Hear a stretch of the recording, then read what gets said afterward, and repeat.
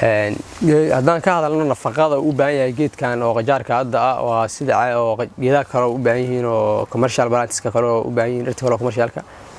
geedka waxa uu miisan u baahan yahay waxa waaye oo waa major elements ama elements loo yaqaano elements waaweynka macro elements macronutrients oo ay kamid yahay nitrogen iyo phosphorus potassium ama NPK-da iyo sidoo kale magnesium iyo calcium taasina waxa waaye waa u baahan yahay amount yar geedkan laakiin waxa aad muhiimka u baahan yahay waxay tahay waa saddexdaas element waaye xilliyada marka uu kala baahan yahay muhiimka u kala yahay waxay tahay geedka markuu yar yahay aad u baahan yahay inuu koro u baahan yahay nitrogen waaye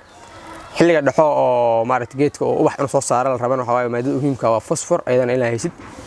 markuu geedka production gaarin hadda waa potassium waxay ka qayb qaadanaysaa fruit formationka iyo mirti inay mir noqoto weyn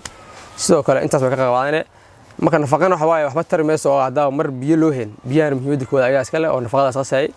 taas waa marka insha Allah laakiin saddexdaas muhiim u ah oo qajaar u baahan yahay